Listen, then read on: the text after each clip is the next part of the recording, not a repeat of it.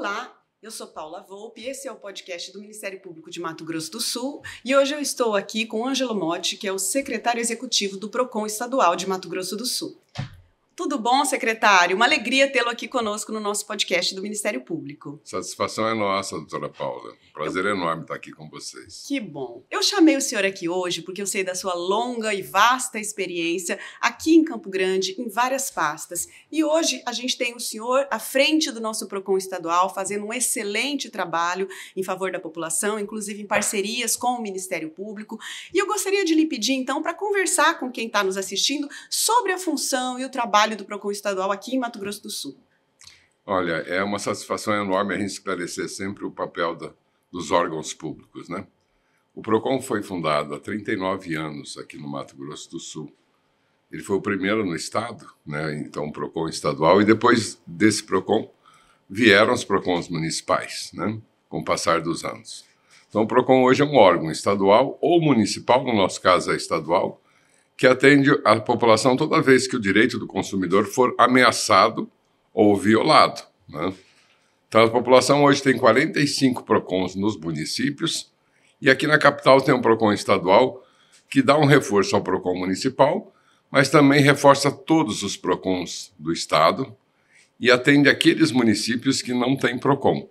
Então, ele tem um caráter estadual, ele atende todo o território de Mato Grosso do Sul, em que pese por estar sediado na capital, grande parte do nosso público realmente são os campograndenses, né? Mas hoje qualquer pessoa do estado de Mato Grosso do Sul pode acionar o PROCON estadual, no caso através do nosso site, né? procon.ms.gov.br. O nosso trabalho é administrativo, se ela sabe disso, não é judicial, né? Então, quando há um conflito de interesses na relação de consumo, onde o consumidor se sente ameaçado ou violado no processo, ele procura o fornecedor. Não havendo acordo, ele tem uma instância administrativa, que é o PROCON estadual ou municipal, para fazer um processo de queixa ou reclamação, onde a gente junta as partes e tenta um acordo entre eles. Às vezes, nem é necessário juntar as partes, né? A gente já liga para o fornecedor, aquele reclamado, e às vezes ele já se dispõe a entrar num acordo com o consumidor. Secretário, perfeita a sua colocação, e exatamente nesse sentido a gente recebe algumas reclamações na nossa ouvidoria da pessoa que tem um problema e ao invés de fazer a reclamação, ela vai direto ao Ministério Público. É possível que ela vá direto ao PROCON ou é sempre a orientação é de que ela procure primeiro a empresa com quem ela teve aquela questão? Sempre a primeira empresa, é muito importante, porque a gente quer justamente dar segurança na relação de consumo. E é pedagógico ela buscar a empresa. Quando ela busca a empresa, é uma oportunidade para que o empresário possa fazer uma reflexão sobre os seus métodos, seus procedimentos, a sua postura, e ali ele pode chegar num acordo prévio, né? Então, nós temos muitos casos em que o fornecedor entra num acordo prévio com a busca do consumidor. E eu acho isso extremamente pedagógico, isso é muito saudável. Grande parte dos nossos empresários não se ofendem quando são procurados, muito pelo contrário, é o feedback, é o chamado feedback, é o retorno, é o pós-venda, né, feito ao contrário, quer dizer, o comprador vem até o vendedor e diz, olha, não estou contente com aquilo que nós fizemos, de acordo com a compra que eu fiz, com o serviço que foi prestado. Então esse feedback é muito importante, porque isso aprimora a empresa, né? Restando o conflito, aí então procura a área administrativa, não procura a justiça. Porque a área administrativa ela é de muito fácil acordo e muito mais rápido, né? Não havendo então acordo também na área administrativa, essa empresa, se ela estiver errada, ela vai ser sancionada, ela vai ser multada. Mas essa multa não reverte para o consumidor. Exato. Reverte para o Fundo Estadual de Defesa do Consumidor. Aí então o consumidor vai à justiça. Então, ele vai buscar os seus direitos na justiça. Normalmente, esse é um processo mais longo, né? Sim. A área administrativa é um processo mais curto, no máximo 3 meses. A situação é colocada à vista, né? E se chega ou não num acordo. E da sua experiência, a gente vê que costuma dar resultado. Eu tive um trabalho recente com o PROCON que deu muito certo, que foi essa campanha que nós estamos fazendo de orientação dos empresários com relação a prioridade legal das pessoas com deficiência? Eu gostaria de pedir que o senhor relatasse um pouco para os nossos ouvintes sobre isso. Então, o que a gente vê, doutora Paula, é que muitas vezes há uma falta de informação, o que a gente chama de ignorância, que é falta de conhecimento do empresário a respeito das suas obrigações em relação a toda a relação de consumo. E tem alguns direitos adjacentes na relação de consumo que diz respeito à população em geral, que é o tratamento que você tem que dar às diversas situações de consumidores, né? Uma delas são as pessoas idosas, né? As mulheres grávidas, as mulheres com crianças de colo, as pessoas com deficiência nas mais diversas manifestações, né? Às vezes visível a deficiência, às vezes não, né? Então, esse tratamento diferenciado na relação de consumo, as legislações adjacentes ao Código de Defesa do Consumidor, colocam uma série de orientações e de imposições aos fornecedores, àquele que presta o serviço, para o ordenamento do atendimento prioritário. E muitas vezes a pessoa inicia um negócio sem conhecer as leis que regem o conjunto das normas na relação com o consumidor, com a população, e ele acaba transgredindo leis que ele não conhece, né? E às vezes chega a queixa, chega a denúncia, chega a reclamação. Então, para isso, a gente criou um serviço de orientação, né? Que é para antecipar esse processo. Antes que a gente vá lá, verifique que realmente existe a falta, existe uma atitude que lesa, né, o processo de direito do consumidor. Então, antes que a gente processe uma multa, sancione, é preciso orientar, porque grande parte dos nossos empresários, eles não têm conhecimento da legislação, e isso é muito natural, a gente entende. O Brasil tem muita lei, muitas vezes as pessoas não conseguem acompanhar o processo legislativo. É um conjunto extraordinário, né? Você vê, cada segmento das pessoas com deficiência tem uma lei de proteção, né? Tem a Lei Geral de Proteção à Pessoa com Deficiência, mas a pessoa com deficiência auditiva tem uma, a pessoa com deficiência visual tem outra, que são leis complementares ou aspectos muito característicos de cada situação e que colocam sempre atualizada, né? Agora mesmo a gente viu essa denúncia de uma pessoa na internet sobre o uso da criança, né, nas redes sociais. E já tem um projeto de lei alterando o Estatuto da Criança nesse tocante. E assim na relação de consumo também. Então, toda vez que o sujeito se sente ameaçado ou violado, isso cria uma comoção, cria um levante, cria um movimento, isso repercute na Câmara Municipal, repercute na Assembleia Legislativa e no Congresso Nacional. E aí os legisladores fazem legislações adicionais a esse processo, que não é do conhecimento de grande parte da população. Pelo menos uma vez por mês a gente recebe uma lei aprovada na nossa Assembleia Legislativa que diz respeito diretamente aos interesses do consumidor. Recentemente nós tivemos uma lei que foi aprovada e que a gente ficou sabendo pela imprensa. Meu Deus! Né? Porque o sistema de comunicação entre os poderes ainda é uma coisa que precisa ser aprimorada. Né? O certo é que toda vez que aprovasse uma lei no campo da saúde, todos os serviços de saúde recebessem. Fossem capacitados, por vezes, a lidar com essa situação também, justo, não é? Ou até fosse consultado, porque tem lei que é de difícil execução. Né? Exatamente. Tem uma lei que fala dos fios no poste lá, né? Os fios que não são de energia. E aí está lá dizendo que o PROCON tem que fiscalizar. Ora, o PROCON não tem essa especialidade para saber o que é fio de telefonia, o que não é fio de telefonia, o que é de internet. Isso teria que ter responsabilidade de outros órgãos. Mas como lesa o direito do consumidor, então entende-se que tudo que trata do consumidor, o PROCON tem que fiscalizar. Se fosse o PROCON consultado, ele poderia explicar essa situação para o legislador para dizer, olha, tem que envolver outros órgãos públicos nessa questão, não é? A própria Anatel está pedindo uma reunião conosco, junto com a ANEEL, para discutir essa questão do fio no poste, porque grande parte das leis estaduais estão responsabilizando os PROCONs. Então, assim, é importante que não se tenha expectativa de que o PROCON vai resolver tudo, porque ele não é um órgão superpoderoso. Até porque ninguém resolve tudo, né? Exato. Mas naquilo que se trata da relação de consumo, de compra e venda e de atendimento, essa é a nossa expertise. Então, no caso das pessoas com deficiência, grande parte dos estabelecimentos não tem sinalização do atendimento preferencial e prioritário, né? E aí resolvemos, junto com o Ministério Público e até com a parceria da Polícia Rodoviária Federal, fazer uma grande campanha de sensibilização dos fornecedores, aqueles que prestam serviço, principalmente. Iniciamos até com a rede de hospitalidade, né, com restaurantes, hotéis, e agora com o comércio em geral. Então, nós vamos fazer uma grande virada nesse movimento, com certeza, né, admitindo novas maneiras de pensar e agir a respeito disso por parte do empresário.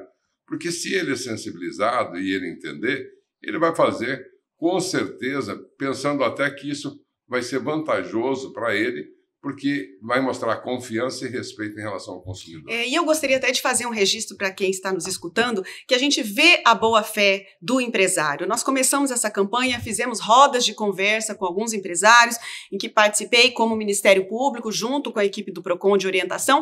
Começamos a adesivagem com relação a quem tem prioridade legal. Até porque, às vezes, a população não sabe que a pessoa autista tem prioridade de atendimento, que a pessoa com deficiência oculta, com fibromialgia. Então, os adesivos que a gente fez em parceria, eles esclarecem tudo isso. E quando nós estivemos, por exemplo, na feira, nós fomos muito bem recebidos pelos comerciantes que estavam ali, todo mundo interessado, todo mundo permitiu que a gente colasse o adesivo. Então, nós vemos aí que também o empresariado, ele tem interesse em atender a normativa quando ele é informado e orientado, não é? Com certeza. Essa é a minha impressão também. E nas reuniões que nós fizemos com a Associação Comercial, com o CDL, isso é muito claro. Eles defendem sempre o bom empresário. Eles não defendem aquela pessoa que não tem boas intenções na relação de consumo, né? Porque são associações que representam empresários sérios, comprometidos com o desenvolvimento social e econômico.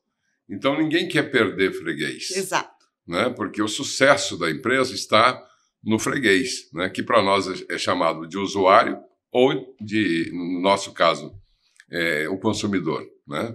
Das políticas públicas, normalmente é chamado de usuário. Para nós, do PROCON, é de consumidor, mas é o nosso usuário. E ninguém quer perder esse sujeito, né? E esse sujeito também tem que ter um certo compromisso, doutora, eu penso assim, com o desenvolvimento do serviço que te cerca. Então, se ele se sente contrariado com alguma coisa na relação comercial, na relação de consumo, é preciso que ele diga isso a quem presta serviço e a quem vende, para que ele possa também ser um agente de desenvolvimento dessas relações. Porque é muito bom e é sempre muito mais cômodo eu ter serviços perto de onde eu moro. Então, se eu reclamo desses serviços sem falar com esses serviços, eu estou colocando esse serviço sobre ameaça. Uhum. Agora, se eu reclamo para o próprio serviço, eu tenho uma possibilidade de que esse serviço melhore os seus métodos, as suas ações, as suas posturas, as suas atitudes, e aí eu tenho um serviço de qualidade perto da minha casa. Então, a qualidade dos serviços que estão perto da sua casa é uma responsabilidade de todos, inclusive sua que compra. Sem dúvida alguma, eu concordo, ganhamos todos com isso. Esse papel do PROCON, ele é feito a partir do momento em que a pessoa procura o PROCON, é sempre através do site ou existem outras formas de acionar o PROCON? Você pode ligar no 151, se você tiver alguma dúvida, nós vamos te orientar. Se você tiver e-mail, você vai fazer isso da sua casa, não precisa sair de casa. Você entra lá no PROCON, no site procon.ms.gov.br, tem o PROCON online. Se é uma reclamação, né, uma falta na relação de consumo, você, munido de todos os documentos, você registra o que aconteceu e anexa os documentos, inclusive vídeos, fotos, né, prints. Tudo serve de documento, tudo que a tudo pessoa... serve, tudo que você tiver de prova de materialidade daquela sua reclamação. Nós vamos receber aquela reclamação na primeira hora útil, vamos ligar para você para nos cercar de mais informações que são necessárias. Vamos ligar para a empresa para saber se há a possibilidade da empresa te procurar para ter um acordo. Não havendo esse acordo, então, nós vamos marcar uma audiência de conciliação. Então, não precisa sair de casa. Mas se você não tem esse recurso de internet, ou você quer pessoalmente, porque você quer ser orientado, você gostaria de se avistar com o atendimento do PROCON, a gente tem um atendimento físico lá, na nossa sede, na Padre João Cripa. Aqui em Campo Grande. Em Campo Grande. E também tem o PROCON municipal, que é na Afonso Pena. E nas cidades, em 45 cidades, nós temos o seu PROCON municipal. Né? Na cidade sem PROCON municipal, a pessoa aciona direto, então, o estadual através da internet. Não precisa através vir. da internet, né, que é o meio mais fácil. Ele pode também, se ele tiver alguma dúvida, ele entra no Fale Conosco. Às vezes é uma dúvida, não quer fazer uma reclamação. Sim. Ou se ele tem uma denúncia, não é uma coisa que falta com ele. Por exemplo, esses tempos tinha uma pessoa num determinado bairro que ele era licenciado para fazer tatuagem. E ele resolveu fazer espetinho junto com tatuagem. Que Ou ideia seja, estranha, no mínimo. Ele não era licenciado para isso. E ele começou a... E foi um sucesso o espetinho dele. E aí ele começou a ter mais freguês, ele começou a comprar mais carne, e ele não tinha onde acondicionar essas carnes. E essas carnes passaram a exalar um odor. Então, gente que moravam próximo denunciou, né? Denunciou no nosso site, e aí nós fizemos a fiscalização. E realmente, fomos junto com a Vigilância Sanitária, tivemos que interditar. Então, lá no Fale Conosco, você pode tirar uma dúvida e pode até fazer uma denúncia. Certo, porque vai ser lido e o PROCON vai tomar as providências. Sim, vai tomar as providências. E a gente vai acionar os parceiros correlatos, né? Se for a Delegacia de Defesa do Consumidor, a Vigilância Sanitária, para esses casos em que trata de vigilância. Ou às vezes a gente vai, verifica e depois marca com eles. Muitas vezes uma denúncia ela é mal intencionada, né, doutora? A gente sabe disso. Para prejudicar. Alguém quer prejudicar um concorrente, né? Pessoas inadequadas existem em todas as situações. E como que o PROCON faz para discernir isso? A gente vai, verifica, orienta, faz um relato dessa visita e arquiva o caso. Né? Às vezes acontece, não é o que domina, mas tem muita gente que usa inadequadamente esse processo da denúncia. E da sua experiência, o senhor pode me dizer que a maioria das situações que são levadas ao PROCON, que envolve, por exemplo, pessoa com deficiência, consegue ser resolvido no âmbito administrativo, na conciliação junto ao PROCON? Consegue. Eu acredito piamente nisso, porque nenhum empresário vai querer levar isso à justiça. Exato. Né? Então, inclusive, ele pede essa oportunidade, né? Ele pede que não seja sancionado e que ele possa se regularizar, e ele tem um prazo para isso, né? O nosso processo de fiscalização, ele faz o auto de constatação e dá 20 dias para a pessoa se regularizar, né? E é preciso também estar atento, doutor, a uma coisa. É muito comum vencer o alvará de funcionamento e na nossa verificação a gente vê toda a documentação, né? Então, essa é uma coisa que a gente dá um prazo de 20 dias, por exemplo, para a pessoa se regularizar. Outras questões que ele tem que regularizar nesse processo, por exemplo, de atendimento à pessoa com preferência, né, ou prioridade, também a gente dá esse tempo. É muito comum em banco, por exemplo, os aposentados se queixam muito disso, né? Porque os aposentados, eles recebem num banco que participou de uma licitação pública. Mas é importante que o aposentado saiba que ele não é obrigado a continuar naquele banco. Sem dúvida. Então, e muitas vezes eles não sabem. A primeira vez que ele recebe é naquele banco que ganhou a licitação. Mas a segunda ele já pode fazer a portabilidade para o banco onde ele se sentir melhor atendido. Sim. E esses bancos que ganham licitação, infelizmente, como eles têm um aporte muito grande de pessoas, cai muito a qualidade de atendimento, né? E às vezes o aposentado chega lá e a primeira vez ele fica 2, 3 horas transgredindo toda a legislação. Até porque geralmente ele é idoso, ele tem prioridade de atendimento e isso não é respeitado. E aí tem um outro fator que é muito constante isso. Os bancos terceirizam esse processo para empresas que prestam serviço e que não tem gente qualificada, que é uma outra questão, né, que a gente tem que falar muito sobre isso. Muitas vezes esse processo de atendimento preferencial e prioritário passa pela qualificação do corpo de colaboradores da empresa. Seja ela um restaurante, um fast food, um banco ou qualquer outra empresa, um hotel. E o PROCON orienta, então, que seja feita essa capacitação dos funcionários das empresas. E é isso que a gente está buscando muito com os empresários.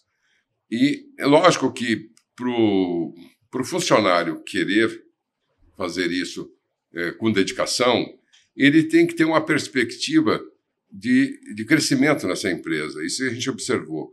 Por exemplo, os repositores de supermercado é o primeiro emprego de muita gente. E se a empresa não tem, né, um tratamento com uma perspectiva de crescimento do sujeito, o nível de engajamento dele, de pertencimento e de responsabilidade sobre o sucesso da empresa é muito pequeno. Porque ele não se envolve com aquilo. Ele não se envolve, né? Então ele não se reconhece naquele processo. Exato. E isso acontece em todas as áreas de serviços e de comércio. Então, a gente tem apelado muito para os empresários. Vocês têm que ter uma política de recursos humanos. Não pode ser uma relação de emprego pura, né? O sujeito tem que saber qual é a proposta dessa empresa e qual é a representação, qual é o papel dele nesse processo. Perante a sociedade também, né? Não é só trabalhar, é trabalhar e entregar um serviço de qualidade para o usuário, para o consumidor, não é? E tem gente que tem essa consciência pela educação que recebe em casa ou na escola.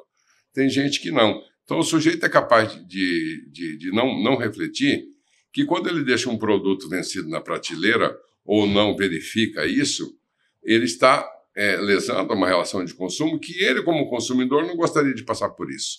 Sem né? dúvida alguma. Então, essa reflexão a gente tem que ter na sociedade, né? A responsabilidade é de todos. Todos somos consumidores 24 horas por dia. Desde que somos concebidos no ventre da nossa mãe, a gente passa a ser consumidor, né? Então, nós temos que ter responsabilidade com todos os processos que são decorrentes da relação de consumo. É o único modo da gente evoluir também como sociedade, não é, secretário? Com certeza. Isso é uma questão civilizatória, né, doutora? Sem dúvida. A gente já vai caminhando para o final da nossa conversa, foi muito esclarecedora, e eu gostaria de lhe pedir, o senhor tem alguma coisa para deixar, alguma informação para os nossos ouvintes com relação ao PROCON? Olha, nós iniciamos uma série de situações no PROCON estadual com os nossos servidores, envolvendo os servidores em todo momento. A primeira questão que a gente percebeu, que embora o PROCON tivesse 39 anos, a gente não tinha uma política estadual definida, escrita, né? Lançada. E aí nós convidamos os nossos servidores a construir a política estadual.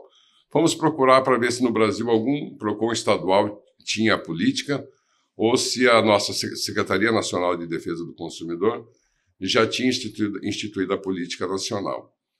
E, infelizmente, nenhum deles tinha essa política. Então, a gente teve que construir a nossa política do zero. Um trabalho pioneiro, então. Pioneiro. Que bacana. Então, os nossos servidores se dedicaram, criamos uma comissão. Essa comissão, durante 6 meses, mergulhou, se aprofundou no processo e apresentou um esboço da política no ano passado, em setembro. Fizemos audiências públicas com os PROCONs municipais e submetemos ao Conselho, o Conselho aprovou e ela foi instituída, então, no final de novembro do ano passado. Então, nós somos o primeiro estado no país a ter uma política estadual de defesa, orientação e educação do consumidor. Decorrente disso, a política aprovou uma série de situações que também são inéditas, né? O próprio serviço de orientação, que para nós é inédito, alguns estados já fazem isso. Criamos isso de maneira objetiva, porque quem fazia era a fiscalização. Sim. E a fiscalização ficava muito vulnerável quando ela tinha que orientar e deixar de fiscalizar. É porque são institutos bem separados, sim, né? Orientar sim, e fiscalizar. com certeza. E aí a orientação do empresário, porque a orientação do consumidor a gente já fazia, né?